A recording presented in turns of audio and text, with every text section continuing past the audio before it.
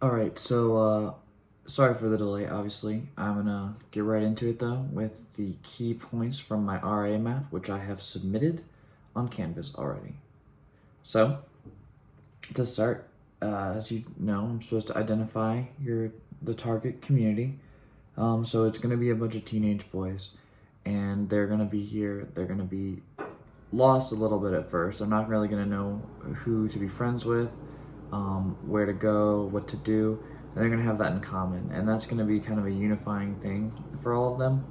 And so I'm gonna try to help them with those challenges that they're all encountering early on, and stress to them that they have those things in common and that they shouldn't be afraid to reach out to each other. If they need help, they want support, and they shouldn't be afraid to reach out to me. Um, as far as community goals, I mostly want to focus on respect, safety, responsibility. Those are the big things. Respect, of course, is a huge deal. If people aren't respecting each other, then the system just not going to work. It's just not going to function. People aren't going to get along. And then safety. I'm going to go over the community guidelines for safety and all that in the first meeting. Stress all those things. Those are my main goals. Just to make sure everyone's happy, healthy, you know.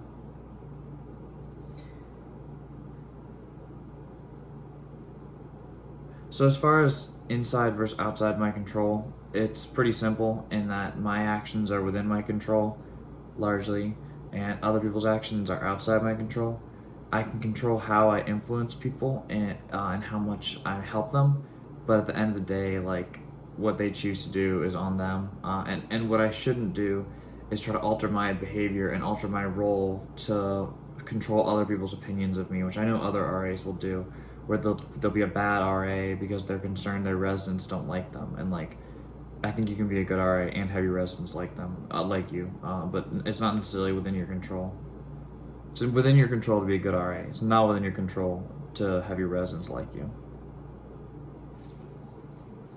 As far as a marketing plan, basically the key thing is that you have to make it seem not necessarily cool, because I found that trying to be cool is the least cool thing a person can do.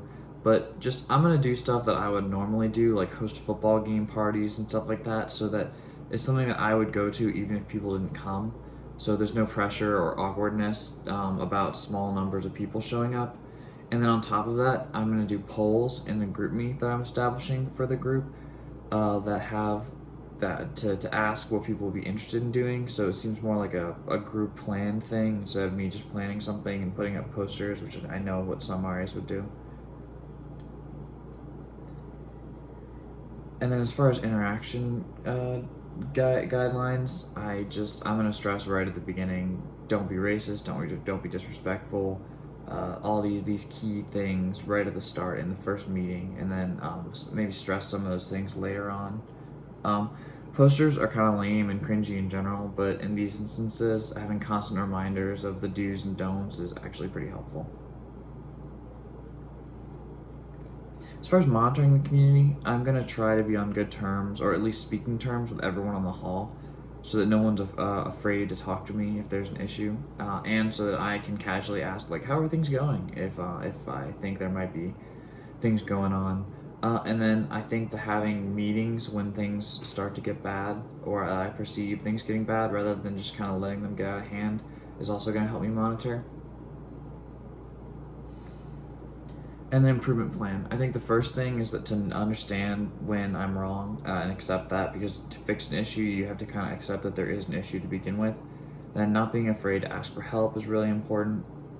Um, Obviously, nobody has all the answers, so using your resources, people, higher ups in Res Life or other RAs, those are all good things to do.